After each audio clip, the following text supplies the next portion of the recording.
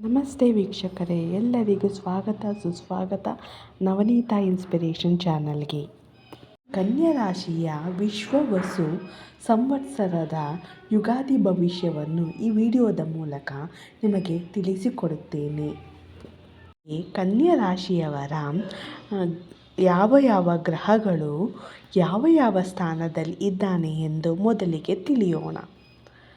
ಕನ್ಯಾ ರಾಶಿಯವರಿಗೆ ಧನುಸ್ಥಾನದಲ್ಲಿ ಕೇತು ಇದ್ದಾನೆ ಮತ್ತು 6ನೇ ಮನೆಯಲ್ಲಿ ಶನಿ ಇದ್ದಾನೆ ಹಾಗೂ 7ನೇ ಮನೆಯಲ್ಲಿ ರಾಹು ಹಾಗೂ 9ನೇ ಮನೆಯಲ್ಲಿ ಗುರು ಇದ್ದಾನೆ. ಈಗಾಗಲೇ ಮೀನ ರಾಶಿಯಲ್ಲೇ ಇದ್ದಾನೆ. ಮಾರ್ಚ್ 2025-28ರಂದು ಶನಿ ಗ್ರಹವು ಮೀನ ರಾಶಿಗೆ ಸಂಚರಿಸುತ್ತಾನೆ. ಆದುದರಿಂದ ಈಗಲೇ 7ನೇ ಮನೆಯಲ್ಲಿ ರಾಹು ಇರುವುದರಿಂದ ಈ 1.5 ತಿಂಗಳು ನಿಮ್ಮ ವೈವಾಹಿಕ ಜೀವನದಲ್ಲಿ ತುಂಬಾ ಸಮಸ್ಯೆಗಳು ಇರುತ್ತದೆ.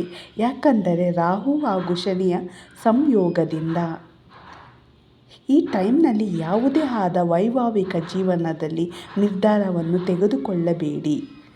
ಯಾವುದೇ ನಿರ್ಧಾರವನ್ನು ತೆಗೆಯಬೇಕಾದರೆ ನಂತರ ರಾಹು ಕುಂಭ ರಾಶಿಗೆ ಚಲಿಸುತ್ತಾನೆ. ಅಂದರೆ ನಿಮ್ಮ 6ನೇ ಮನೆಗೆ ಶುಭ ಫಲ ನೀಡುತ್ತಾನೆ. ನಂತರ ರಾಹು ಕೇತು ತಮ್ಮ ಮನೆಯನ್ನು ಬದಲಾಯಿಸುತ್ತಾರೆ. ರಾಹು ಕುಂಭ ರಾಶಿಗೆ ಸಂಚರಿಸುತ್ತಾನೆ ಹಾಗೂ ಕೇತು ಸಿಂಹ ರಾಶಿಗೆ ಸಂಚರಿಸುತ್ತಾನೆ. ಆದ್ದರಿಂದ ನಿಮ್ಮ ಕನ್ಫ್ಯೂಷನ್ ಎಲ್ಲವೂ ಕಡಿಮೆಯಾಗುತ್ತದೆ. 6ನೇ ಮನೆಗೆ ರಾಹು ಬರುವುದರಿಂದ ಒಳ್ಳೆಯ ಬದಲಾವಣೆಯನ್ನು ಕೊಡುತ್ತಾನೆ. ಹೊಸ ಉದ್ಯೋಗ, ಜವಾಬ್ದಾರಿ ಜಾಸ್ತಿಯಾಗುತ್ತದೆ. 15 ನಂತರ ಗುರುವು ನಿಮ್ಮ ದಶಮಕ್ಕೆ ಸಂಚರಿಸುತ್ತಾನೆ. ನಿಮ್ಮ ದಶಮದಿಂದ ಧನಸ್ಥಾನವನ್ನು ನೋಡುತ್ತಾನೆ. ಅಂದರೆ ತುಲಾರಾಶಿ.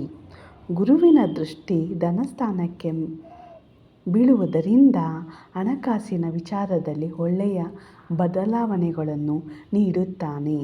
ಹಾಗೂ ಗುರು ನಿಮ್ಮ ಕರ್ಮಸ್ಥಾನವನ್ನು ನೋಡುತ್ತಾನೆ. ಆಸ್ತಿ, ಮನೆ, ಭೂಮಿ ವಿಷಯದಲ್ಲಿ ಕೂಡ ತುಂಬಾ ಶುಭ ಫಲವನ್ನು ನೀಡುತ್ತಾನೆ. ಮೇ 15, 2025ರ ಒಳಗೆ ವಿವಾಹ ಕಾರ್ಯಗಳನ್ನು ಮುಗಿಸಿಕೊಳ್ಳಿ. ಯಾಕೆಂದರೆ ಗುರುಬಲ ಇರುವುದಿಲ್ಲ. ಅಂದರೂ ನಿಮಗೆ ಅಶುಭ ಫಲವನ್ನು ಕೊಡುವುದಿಲ್ಲ. ಯಾಕೆಂದರೆ ಶುಭ ಸ್ಥಾನಗಳಿಗೆ ಗುರು ದೃಷ್ಟಿ ಇರುವುದಿಲ್ಲ. ಅಂದರೆ 5 ಮತ್ತು 9ನೇ ಮನೆಗಳಿಗೆ. ಅಂದರೆ ನಿಮ್ಮ ಕರ್ಮಸ್ಥಾನಗಳಿಗೆ ಗುರುವ ದೃಷ್ಟಿ ಇರುವುದರಿಂದ ಯಾವುದೇ ತರಹ ಧರ್ಮದ ಕಾರ್ಯವನ್ನು ಮಾಡಬಹುದು. ಸುಖಸ್ಥಾನಕ್ಕೆ ಗುರುವಿನ ದೃಷ್ಟಿ ಬೀಳುವುದರಿಂದ ತಾಯಿಯಿಂದ ಅನುಕೂಲಗಳು ಸಿಗುತ್ತದೆ. ತಾಯಿ ಕಡೆಯಿಂದ ಹಣ, ಆಸ್ತಿ ಮುಂತಾದವುಗಳನ್ನು ದೊರಕುತ್ತದೆ. ಉತ್ತಮವಾದ ವ್ಯಕ್ತಿಗಳು ಈ ವರುಷ ನಿಮಗೆ ಪರಿಚಯವಾಗುತ್ತಾರೆ. ವರುಷ ನಿಮಗೆ ಶನಿಯ ಅಶುಭ ಫಲವನ್ನು ನೀಡುತ್ತಾನೆ.